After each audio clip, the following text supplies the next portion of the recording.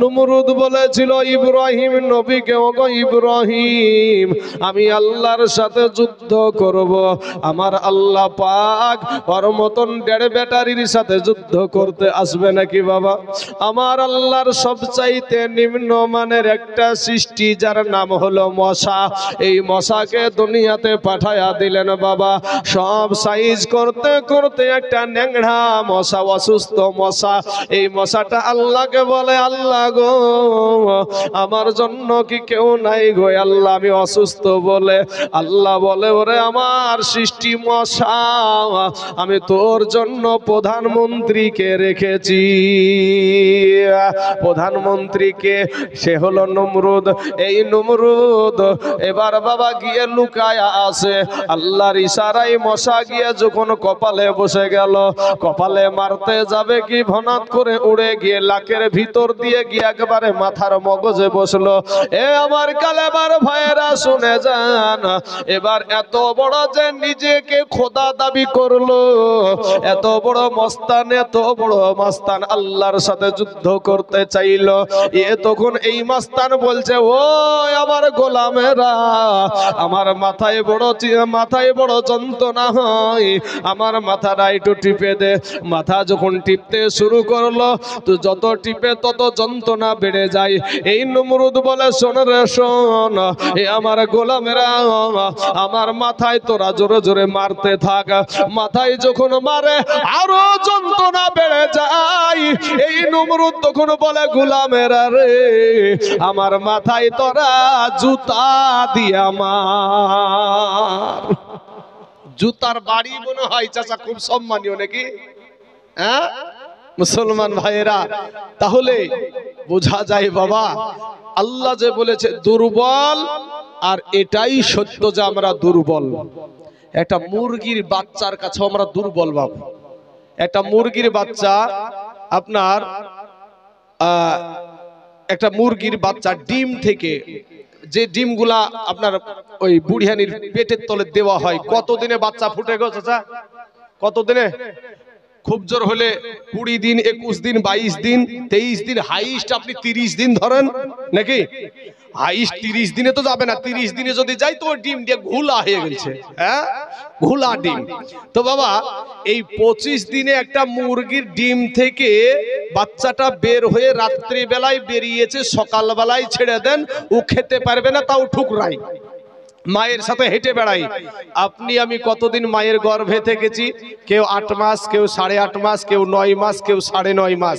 আপনি আমি মায়ের গর্ভ থেকে দুনিয়াতে আসার পরে আপনি আমি কে মুরগির বাচ্চার মতন দৌড়াদৌড়ি করেছি না কি করেছি? আপনার বিবেককে জিজ্ঞাসা করেন, তাহলে বুঝতে পারবেন যে আপনি কত বড় মস্তান, আপনি কত বড় মস্তান, এটা বুঝতে পারবেন। তাই কবি বলছেন, কোটি টাকার মালিক দেখো, এ অভাব হয় না দূর, আর গরিব ঘুমায় আরাম করে মনটা বাহাদুর।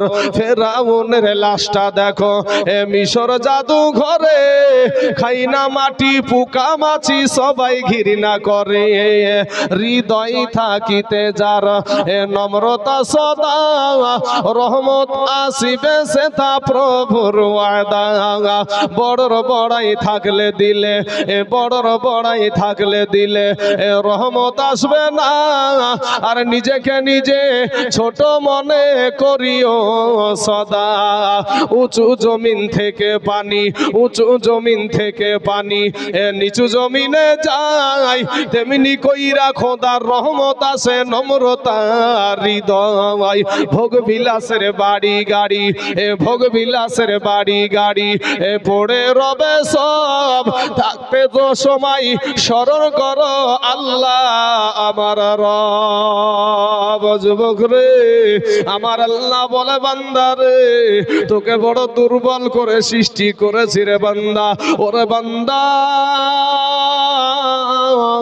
আজকে তাকিয়া হাফিজিয়া ইসলামিয়া মাদ্রাসায় জলসা শুনতে গিয়া তোরা যে কি করিস সব আমি আল্লাহ জানি।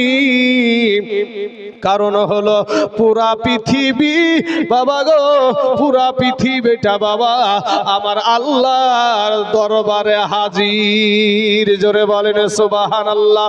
বাবাজি আমার সোনা মানিকেরা, আমার ভাই জানেরা, এই ভাই এটা ভালো করে সেটিং করে, অনেকবার লোক আসবে, এটা ভালো করে সেটিং করে, অনেক লোক আসবে, পায়ে বাঁধবে, কুটি পড়ে যাবে, হুড়মুড় করে তখন সব গালা পড়বে। হ্যাঁ বাবাজি আমার সোনা মানিকের, আমার ভাই জানেরা, আমার পর্দার, যাই হোক এদিকে কান দেন বাবা। সোনা আমার আল্লাহ বলে বান্দা রে, ও বান্দা তোরা যা কিছু করছিস আমি সব কিছুই দেখতেছি। জোরে বলেন সুবহানাল্লাহ। বাবাজি আমার সোনা মানিকেরা, আমার আল্লাহ বলে বান্দা রে, আমি তোর আল্লাহ তোকে বড় ভালোবাসি রে বান্দা। ওরে বান্দা আমি তোর আল্লাহ তোকে বড় আদর করে সৃষ্টি করেছি রে বান্দা। ওরে বান্দা ফিরায়া ফিরাই রে বান্দা, তওবা করে আমি আল্লাহর কাছে ক্ষমা চা, আমি আল্লাহ তোর জীবনের সব গুনাহ মাফ করে দিব। জোরে বলেন সুবহানাল্লাহ।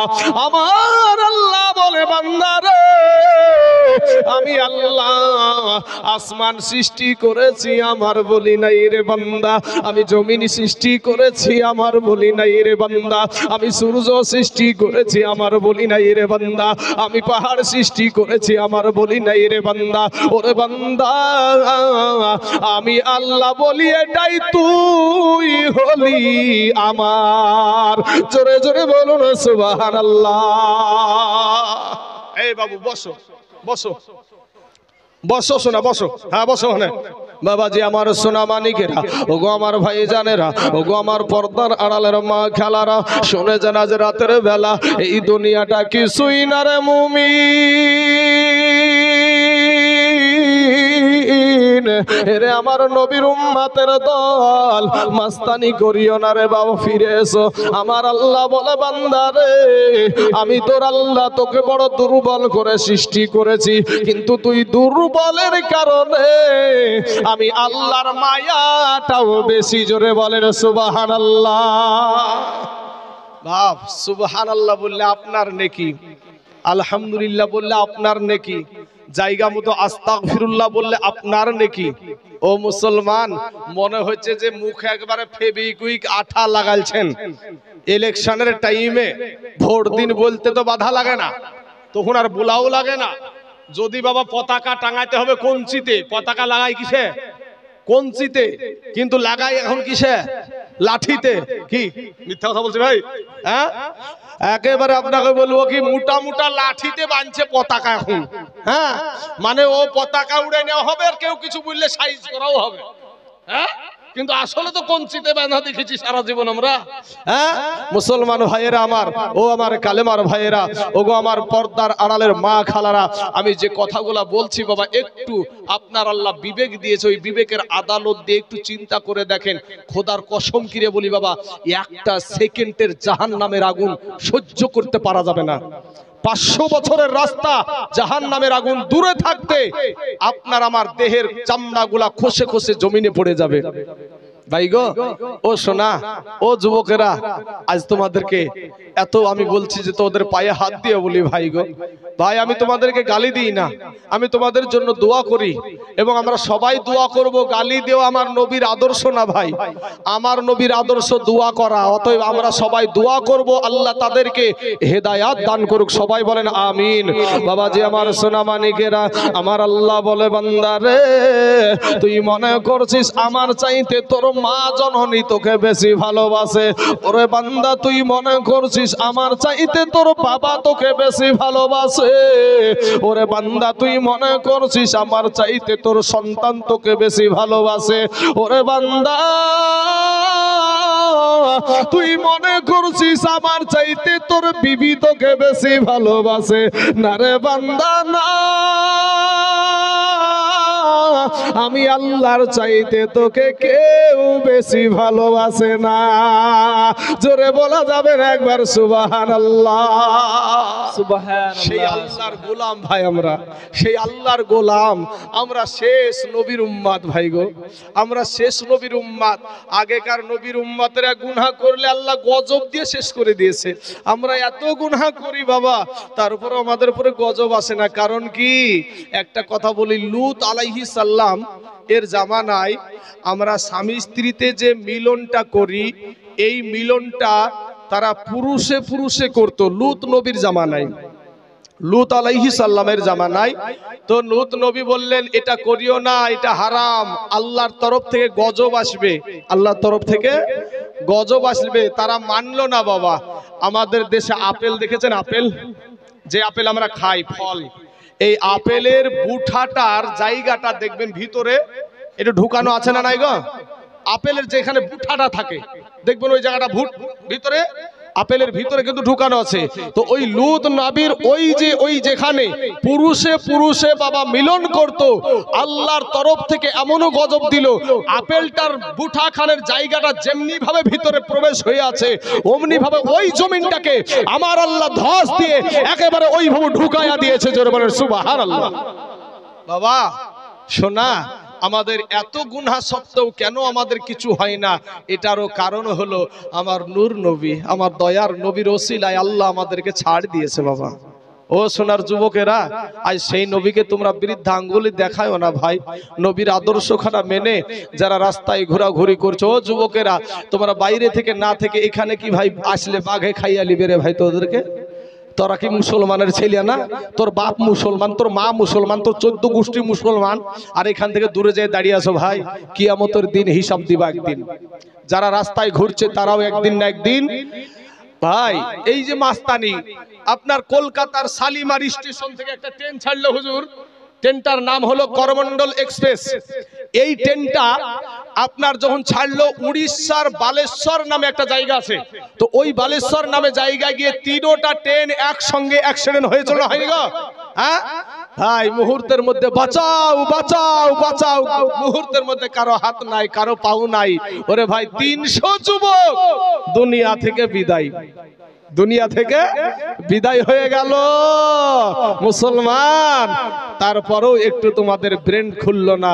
ওরে ভাই আমার সোনা মানিকেরা, আমার আল্লাহ বলে বান্দা রে, আমি তোর আল্লাহ তোকে বড় ভালোবাসি রে বান্দা। আমি তুই এত গুনাহ করার পরে রে বান্দা, এত গুনাহ করার পরে বান্দা, আমি তোর জন্য বাতাস বন্ধ করে দিই নাই, আমি তোর জন্য পানি বন্ধ করে দিই নাই।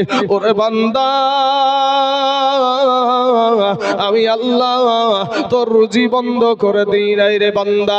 ওরে বান্দা ফিরে আয়, আমি আল্লাহ তোর আমি আল্লাহর কাছে তওবা করে ক্ষমা চা, আমি আল্লাহ তোর জীবনের সব গুনাহ মাফ করে দিব। জোরে বলেন সুবহানাল্লাহ।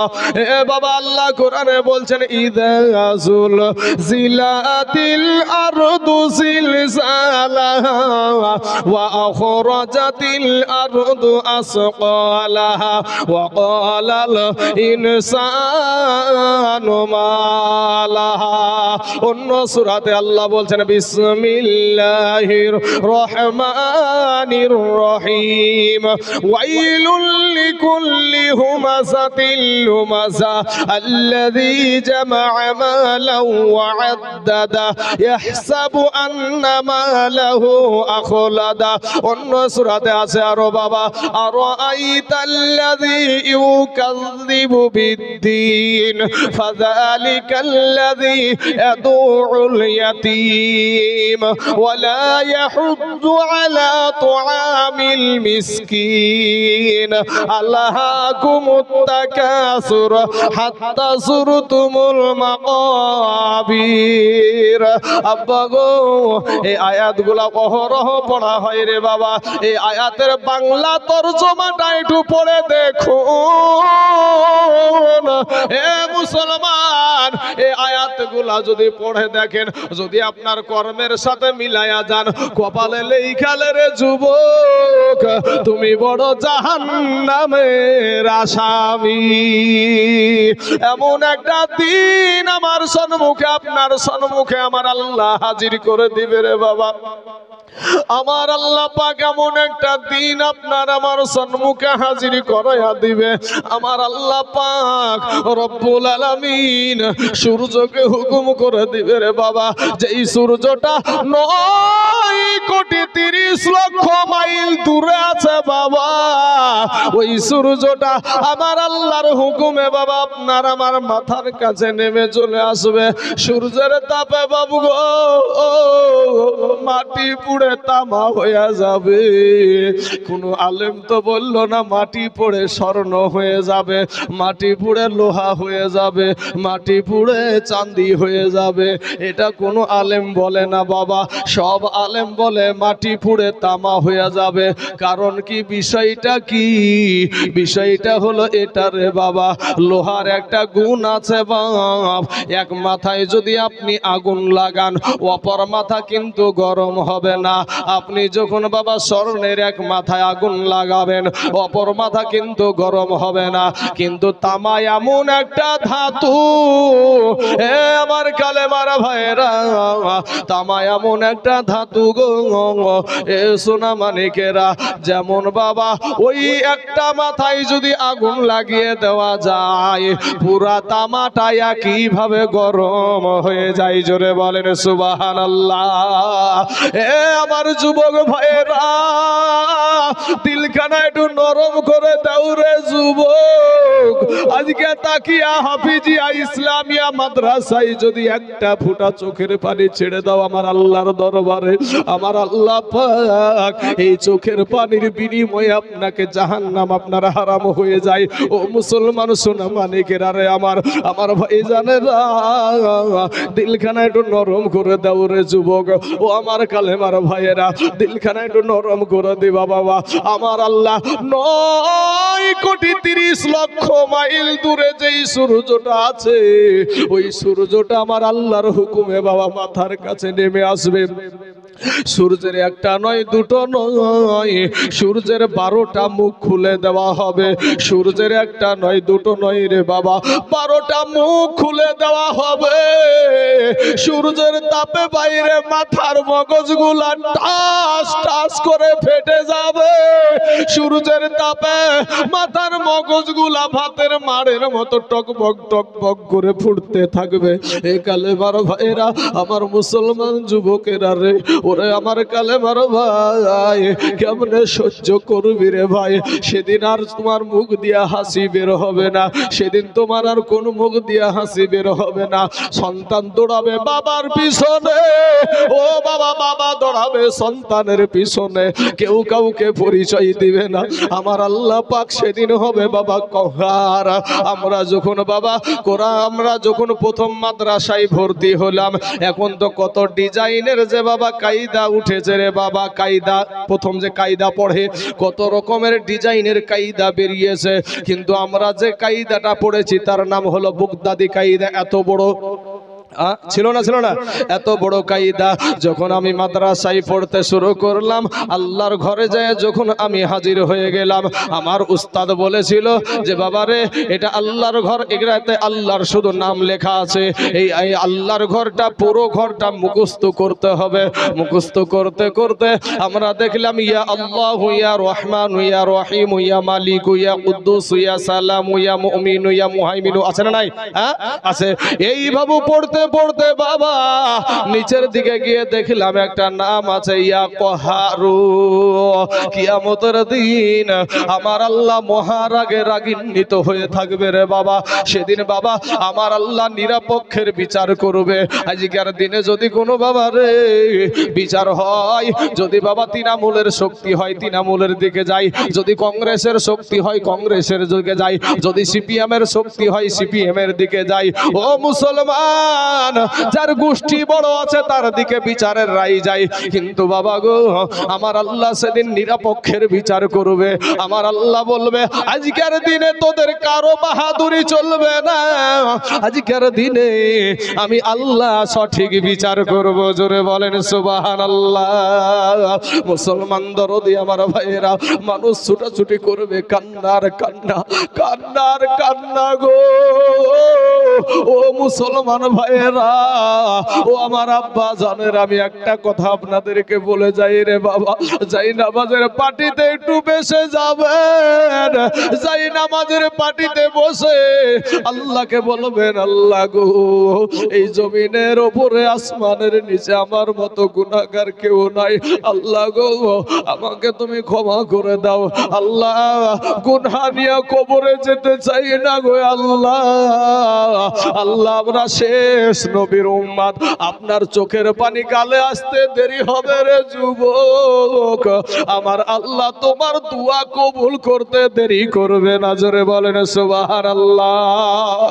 এ আমার কালেমার ভাইয়েরা, সেই দিন মানুষ বাবা ছুটাছুটি করবে আর বলবে কি এমন দিন হলো গো, মানুষ উন্মাদ হয়ে যাবে, মানুষ বাবা ছুটাছুটি করবে রে বাবা। একটা সময় আদম নবীর কাছে গিয়া হাজির হবে। আদম নবীকে একটা ডাক দিয়া বলবেন ওগো আমাদের আদি পিতা, আপনি আমাদের আদি পিতা, আপনি তো একজন নবী, তবে আল্লাহর কাছে একটু ফরিয়াদ করেন গো, আল্লাহ যেন আমাদের বিচার আরম্ভ করে দেয়, এই কষ্ট আর সহ্য করতে পারি নাই গো নবী।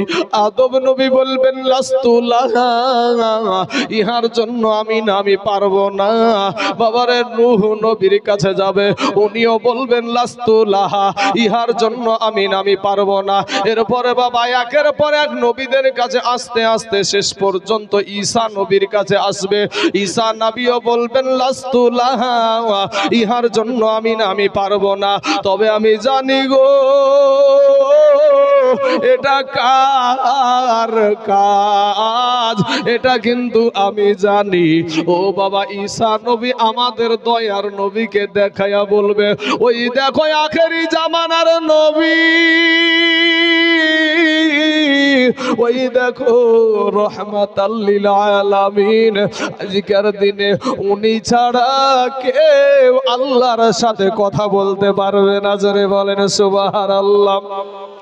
এ আমার কালেমার ভাইরা, শেষ পর্যন্ত আমরা সবাই গিয়ে আপনার নবীর দরবারে গিয়ে হাজির হয়ে যাবে।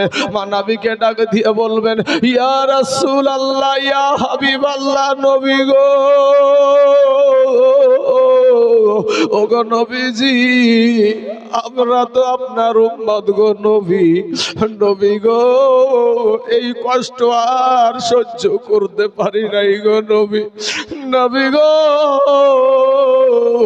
আমাদের কারণে আপনি উহুদের ময়দানে দন্দান মুবারক শহীদ করে দিয়েছেন গো নবী, আমাদের জন্য আপনি তায়েফের ময়দানে আপনি রক্তাক্ত হয়ে গেছেন গো নবী, ওগো নবী আপনি আমাদের জন্য পেটে পাথর বেঁধেছেন গো নবী, নবী গো আজকের দিনে এই কষ্ট আর সহ্য করতে পারি নাই। এরে আমার কালেমার ভাইরা, একটা বার বিবেকটা নরম করে দে, একটা বার চিন্তা করো কি করছো দুনিয়াতে রে বাবা, কি করছো দুনিয়াতে, একটা বার বিবেকের আদালতকে জিজ্ঞাসা করো।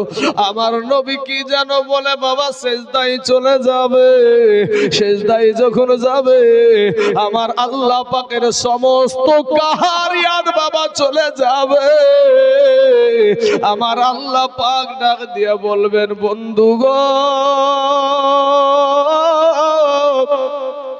হাবিব সিজদা থেকে মাথা উঠাও গো আমার দোস্ত, আজকে তুমি যাহা চাইবা তাহাই পাইবা।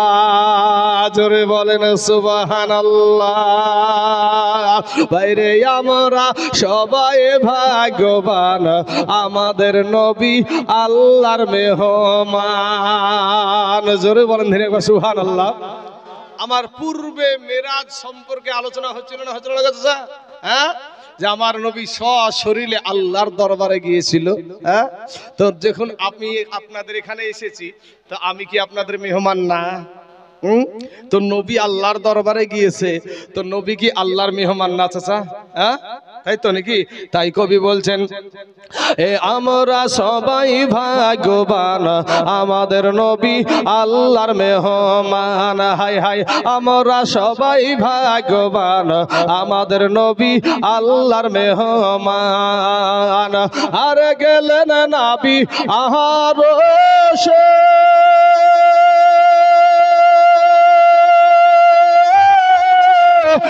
আরশ বলে নবী প্রকাশে,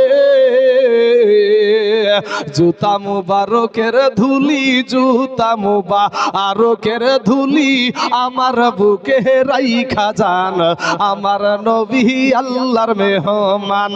হাই হাই, আমরা সবাই ভাগ্যবান, আমাদের নবী আল্লাহর মেহমান। আরে আল্লাহ বলে, এ বন্ধু আমার, ইয়ার জি যত শুনিব আপনার, আজকে যাহা চাইবেন তাহা পাইবেন, যাহা চাইবেন তাহা পারবেন, করব না তো অপমান, আমাদের নবী আল্লাহর মেহমান। হাই হাই, আমরা সবাই ভাগ্যবান, আমাদের নবী আল্লাহর মেহমান। আল্লাহুম্মা সাল্লি আলা,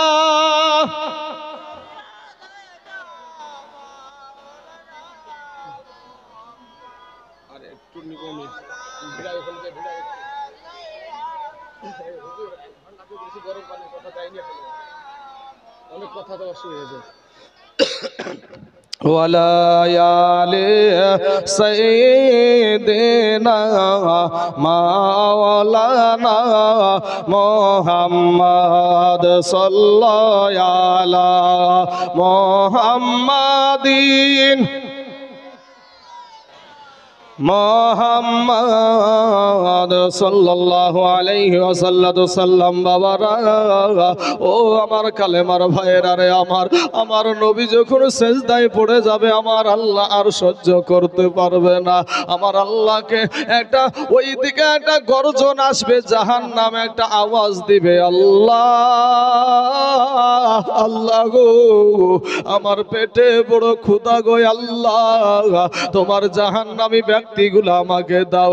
জাহান্নামকে আল্লাহ বলবে, একটু সবুর কর, আমার জাহান্নামী ব্যক্তিগুলো আমি তো কি দিব রে জাহান্নাম। জাহান্নাম সামনের দিকে আগাইতে থাকবে, নবী এদিকে সেজদাতে। আমার নবী বলবে, আল্লাহ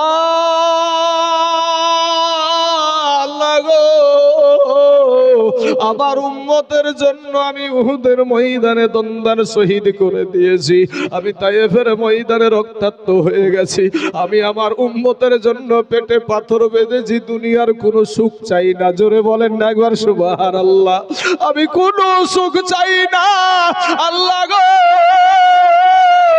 আমার একটা উম্মত যেন জাহান্নামে না যায়। জোরে বলেন না একবার। বাবা গো, আমার নবী সেই দিন বাবা বলবে যে আমার একটা উম্মত যেন জাহান্নামে না যায়। ওরে নবীর গোস্তাকের দল, চিনলি না রে বেঈমানেরা নবী কেমন জিনিস, আরে চিনলি না রে বেঈমানেরা নবী কেমন ধন। ওরে মরে নাই রে, মরে নাই রে, শুইয়া আছে, বেঈমানেরা বলে নবী মরিয়া গেছে। নবী যদি ইচ্ছা করত থাকতে পারতো আর সবরে, ওরে উম্মতের কারণে নবী শুইছে মদিনাতে, উম্মতের কারণে নবী শুইছে মদিনাতে। ওরে মরে নাই রে, মরে নাই রে, শুইয়া আছে, আর বেঈমানেরা বলে নবী মরিয়া গেছে। আমার কালেমার ভাইরা, এ হাবাসপুরের মুসলমানেরা শুনেন গো বাপ, ও আমার ভাই জানেরা, আমার আব্বা জানেরা, আমার কালেমার ভাইয়েরা, একটু দিলখানা নরম করে দেন বাবা। আমার নবীজি আল্লাহকে বলবে একটা উম্মত যেন জাহান্নামে না যায়। আমার আল্লাহ ফেরেশতাদেরকে বলবেন ফারিস্তারা রে আমার এই জাহান্নামকে ৭৭,০০০ শিকল দিয়ে আটকায়া রাখ। বাবা ৭৭,০০০ শিকল দিয়ে আটকানো যাবে না। এখানে একটা মূল্যবান কথা আছে বাবা, একটু নজর দিবেন, একটু গানটা খাড়া করে রাখবেন বাবা, এটা মূল্যবান কথা আছে। এ কালেমার ভাইয়েরা, এ মুসলমান ভাইয়েরা, আমার আল্লাহ পাক বলবে ৭৭,০০০ শিকল দিয়ে আটকায়া রাখ। ৭৭,০০০ শিকল দিয়ে আটকানো যাবে না। আমার আল্লাহর কুদরতি হাতে রে বাবা 2 ফোঁটা পানি ওই ফারিস্তাদেরকে দিয়া বলবেন ফারিস্তারা রে এই পানিটা জাহান্নামের গায়ে ছিটায়া দে। যেমন বাবা ওই পানিটা জাহান্নামের গায়ে ছিটায়া দিবে, সাথে সাথে ওই জাহান্নাম দ্রুত বেগে পিছনে পালাতে আরম্ভ করে দিবে। বাবা জোরে বলেন সুবহানাল্লাহ। ফারিস্তারা বলবেন আল্লাহ, যেই জাহান্নামকে ৭৭,০০০ শিকল দিয়ে আটকানো গেল না, এটা কোন বরকতের পানি গো আল্লাহ? আমার আল্লাহ বলবে এটা হইল, এটা আবে জমজমের পানিও না, এটা হাউজ কাউসারের পানিও না, এটা হবে হায়াতের পানিও না, এটা টিউবওয়েলের পানি না, এটা পুকুরের পানি না, এইটা হলো ওই তাকিয়া হাফিজিয়া ইসলামিয়া মাদ্রাসায় জলসা হচ্ছিল, সেখানে তাইজুল ইসলাম বয়ান করেছিল জাহান্নামের, আর সেখানে চোখের পানি ছেড়ে দিয়েছিল। এই পানিটা হইল সেই চোখের পানি। জোরে জোরে বলুন সুবহানাল্লাহ। বাবা গো, ও সোনা মানিকেরা, তাই যখন নামাজ পড়বেন বাবা, যখন আল্লাহর কাছে কাঁদবেন, চোখের পানি ছেড়ে দিবেন। গুনহায় গুনহায় আমাদের কলবটা পাথর হয়ে গেছে, আমাদের চোখে